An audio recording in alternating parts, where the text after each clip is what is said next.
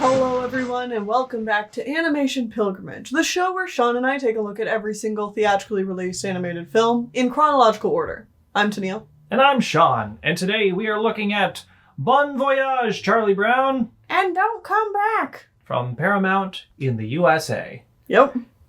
Why are the Charlie Brown movies always so weird? Ooh, the Peanuts. I mean, Peanuts can do anything. So they do. I don't know. This was There's not much to say about this one. It's a travel movie. Yeah. So Charlie Brown goes to. Yeah. He's a foreign exchange student. Yes. Charlie Brown, Linus, Peppermint Patty, and Marcy. Yes. Yeah. Along with Snoopy and the Woodstock. bird. Yeah, Woodstock. Mm-hmm. They go on a plane, and then they go to England, and then they go to France, and then they're exchange students, and Charlie Brown gets a weird letter, and he's taken to the chateau of the bad neighbor, and there's a baron there, and he hates children, and he wants them gone, but his niece sent him a letter, and then they're gonna get kicked out, but then the house catches fire, and then they have to save Linus and the niece from the fire, and then the movie ends because everyone's happy now, and because they saved the Baron's not going to be mean anymore, which is like literally how the Baron says it. Mm-hmm. The Baron is like literally in a bar in one scene where he's like, if something doesn't have to soon, I'm going to have to take drastic measures, kind of implying that he's going to kill these kids. Mm-hmm. And then there's the fire. And then the niece comes up and she's like, the Baron says that he won't be mean anymore. And like, that's it. So that's the plot of the movie. But this movie doesn't care a lot about the plot. No, it's more so just like little gags that you can do with the Peanuts characters, which I mean, like, that's what these have been. Mm-hmm.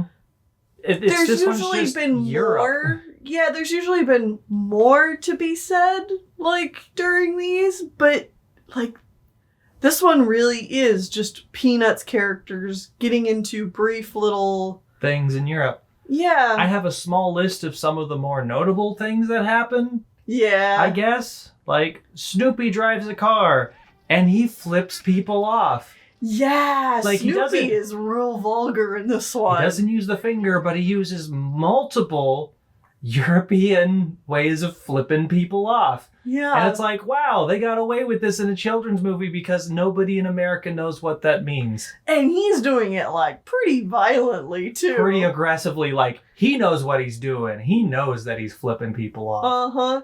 And if you want to write down in the comments, like, what? Did he do that one? Did he do this one? The answer is yes, he did all of them. Mm-hmm. Flipping off his chin, biting his finger, or like his thumb.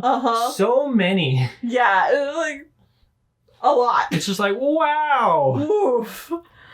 There's a really long extended school scene where Peppermint Patty, right? Mm-hmm. And Charlie Brown share a desk, and she's just constantly talking and aggressively, like, overbearing and controlling of Charlie Brown. And it goes on uninterrupted for like 5 minutes, and it's probably the best scene in the movie. But it's also like, why is it in this movie?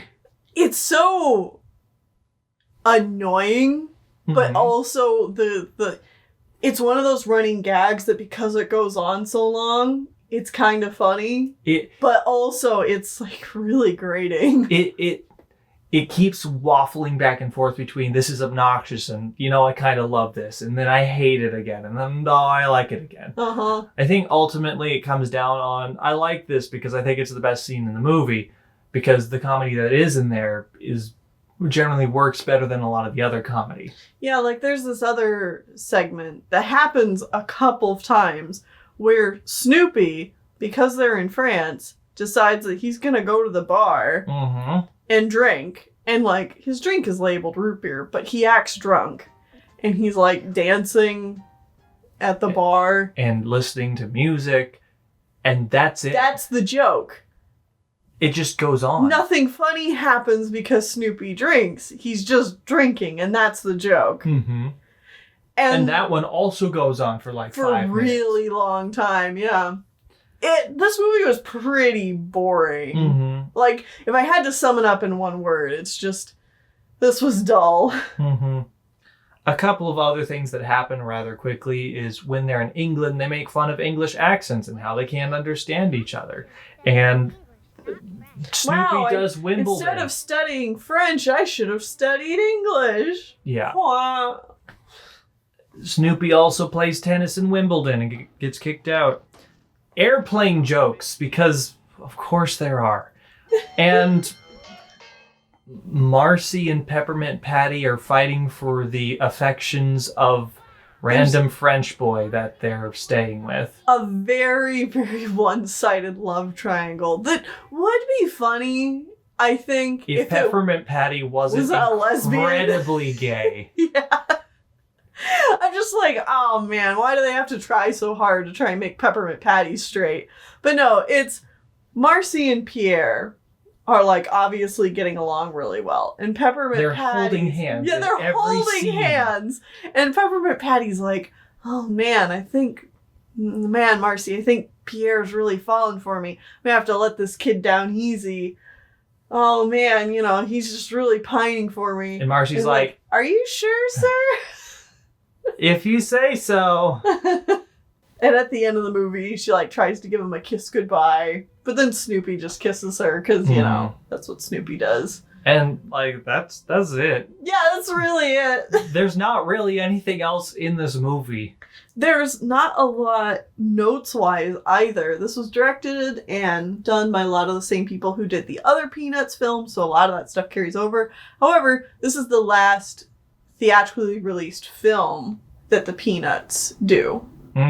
From here on out, it's the television movies. Yeah, the TV specials, which, are still going strong. I was going to look and see if, the Peanuts brand was kind of starting to dwindle down at this point. And I think a lot of the really memorable specials have already been made, like the Great Pumpkin and the Christmas one.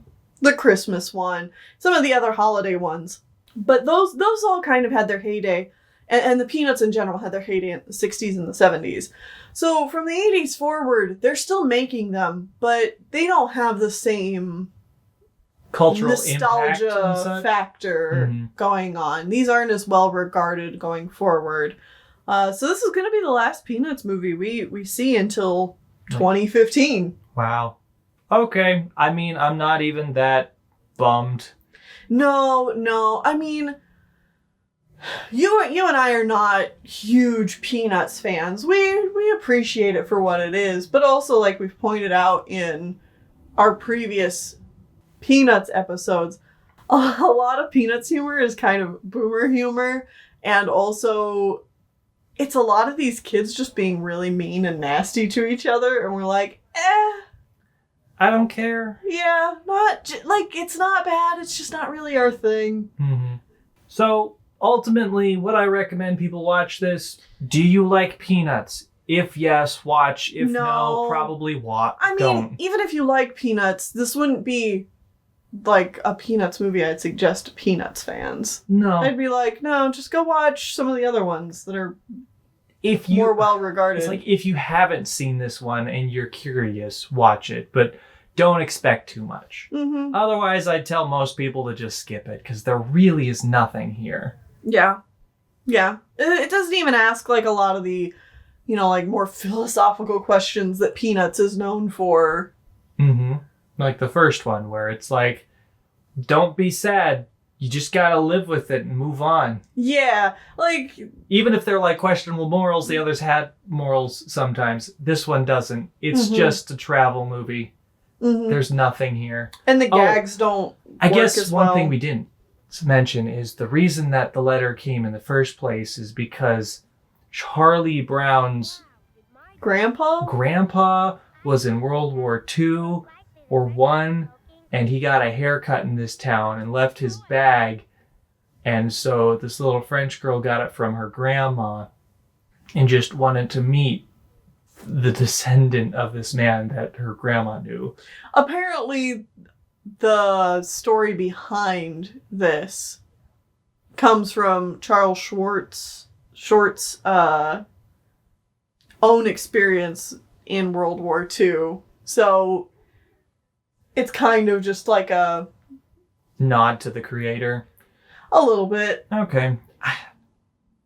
Okay. Yeah. That's it.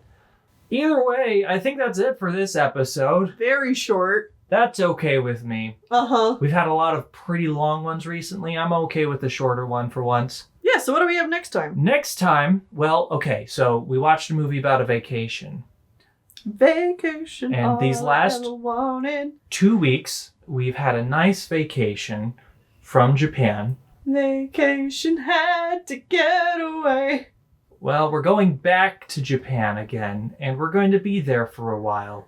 Oh, boy. Again. Uh-huh. So join us back here next time as we watch Makoto-chan from Tokyo Movie Shinsha. Forewarning, it's about a small child that, as far as I can tell from just briefly skimming it, getting into a lot of adult situations. See you guys then. Okay.